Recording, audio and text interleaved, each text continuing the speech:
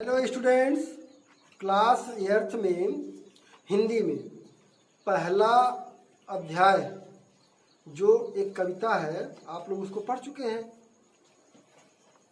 और उसके प्रश्न और उत्तर आपको बोर्ड पर नोट करा दिए गए थे, उसको भी नोट कर चुके होंगे। उसके एक्सरसाइज को आप लोगों को स्वयं करना था। जैसे यहाँ देखिए, निम्नलिखित शब्दों के पर्यायवाची लिखिए, अपने आपको करना था। निम्नलिखित शब्दों के विपरीतार्थक शब्द लिखिए, यानी उल्टा विलोम, और निम्नलिखित शब्दों के दो भिन्न भिन्न अर्थ लिखिए। तो इस प्रकार ये आपको स्वयं करना था। आज हम आपको दूसरा अध्याय जिसका नाम है नमक का दरोगा, ये पढ़ाने चल रहे हैं। यह एक कहानी है और एक ईमानदार दरोगा की कहानी है कि उनको अपनी ईमानदारी से हटने के लिए, यानी ईमानदारी का जो पथ उन्होंने अपनाया था उसको छोड़ने के लिए उनको ढेर सारे ऑफर मिल रहे थे, बहुत सारे पैसे भी मिल रहे थे, लेकिन उन्होंने पैसे की तरफ ध्यान नहीं दिया। अपने जो फर्ज है, जो दरोगा का फर्ज होता है, उस पर डटे रहे, अपनी ईमानदारी पर डटे रहे। तो आप देखिए, ऐसे ईमानदार और कर्तव्यनिष्ठ व्यक्ति के इस कहानी को कि किस प्रकार उन्होंने अपनी ईमानदारी का प्रदर्शन किया। तो इस कहानी को पढ़ेंगे हम लोग, समझेंगे, तभी जानेंगे। जब नमक का नया विभाग बना और ईश्वर प्रदत्त वस्तु का व्यापार करना निषेध हो गया, मतलब नमक का नया विभाग बना और ईश्वर प्रदत्त वस्तु का मतलब ईश्वर द्वारा प्रदान की गई। नमक जानते हैं, नमक कहीं बनाया नहीं जा सकता है, किसी फैक्ट्री में बनाया नहीं जा सकता, ये प्रकृति द्वारा ही प्राप्त होता है। उसी में चाहे जो शोधन कर लें, लेकिन ये मिलता है प्रकृति द्वारा ही। इसलिए इसको कहा गया है ईश्वर प्रदत्त वस्तु, मतलब ईश्वर के द्वारा प्रदान की गई वस्तु। और इसका व्यापार निषेध हो गया, व्यापार बंद कर दिया गया जब नया विभाग बन गया। तो लोग चोरी छिपे इसका व्यापार करने लगे।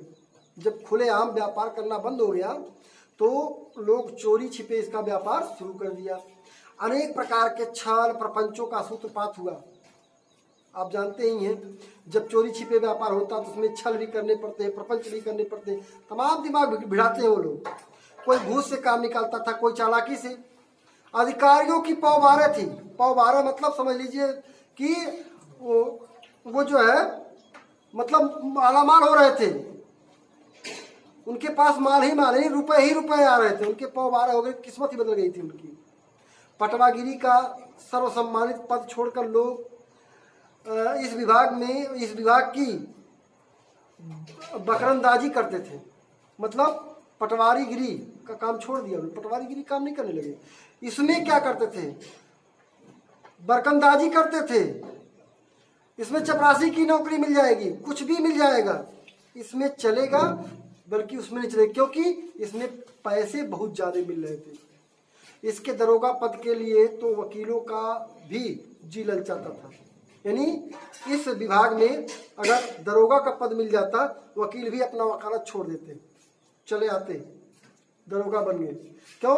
क्योंकि जो दरोगा बन जाएगा इस विभाग में, इतना पैसा उसको मिलेगा, इतना रुपया मिलेगा जिसका कोई हद हिसाब नहीं है। यह वह समय था जब फारसीदा लोग सर्वोच्च पदों पर नियुक्त हो जाया करते थे।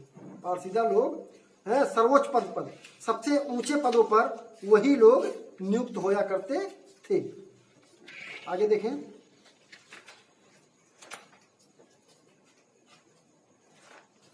मुंशी बंशीधर भी जुलेखा की विरह कथा समाप्त करके रोजगार की खोज में निकले। मुंशी बंशीधर ये नाम है। उन्होंने जुलेखा की विरह कथा समाप्त करके अपने रोजगार के लिए निकले।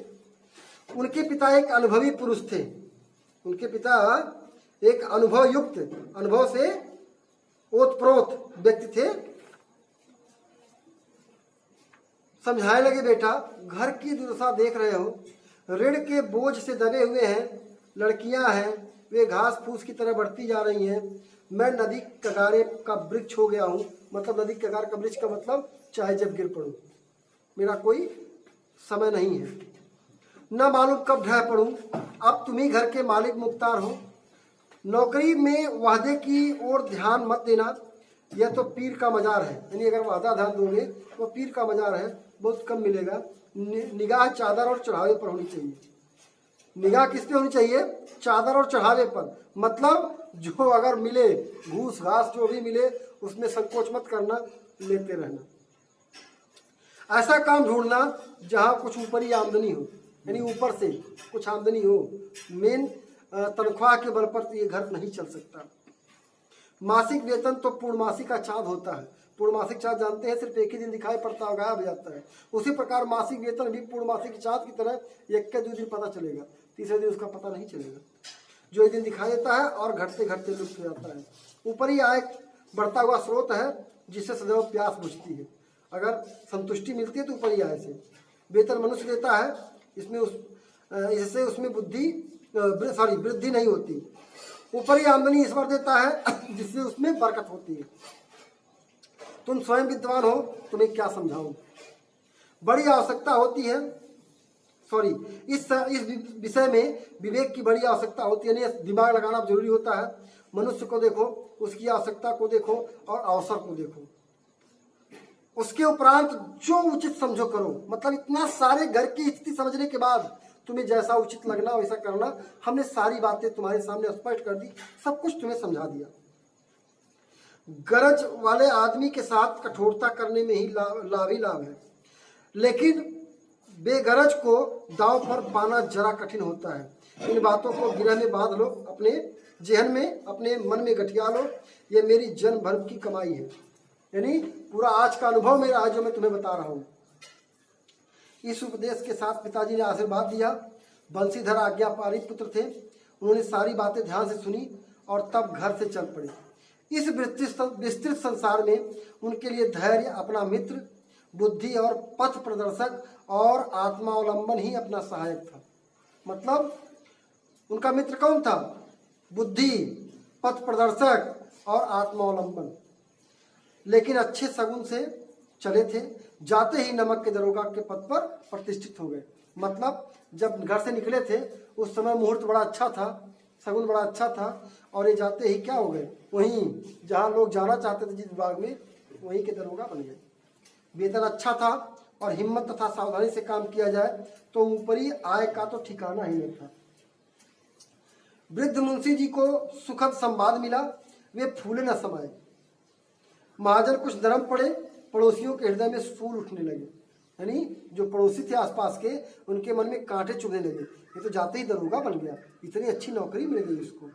तो बच्चों, आज हम इस कहानी में इतना ही पढ़ाएंगे, आगे फिर इस कहानी को पढ़ा जाएगा, इसका आनंद लिया जाएगा। तब तक इतना पढ़िए।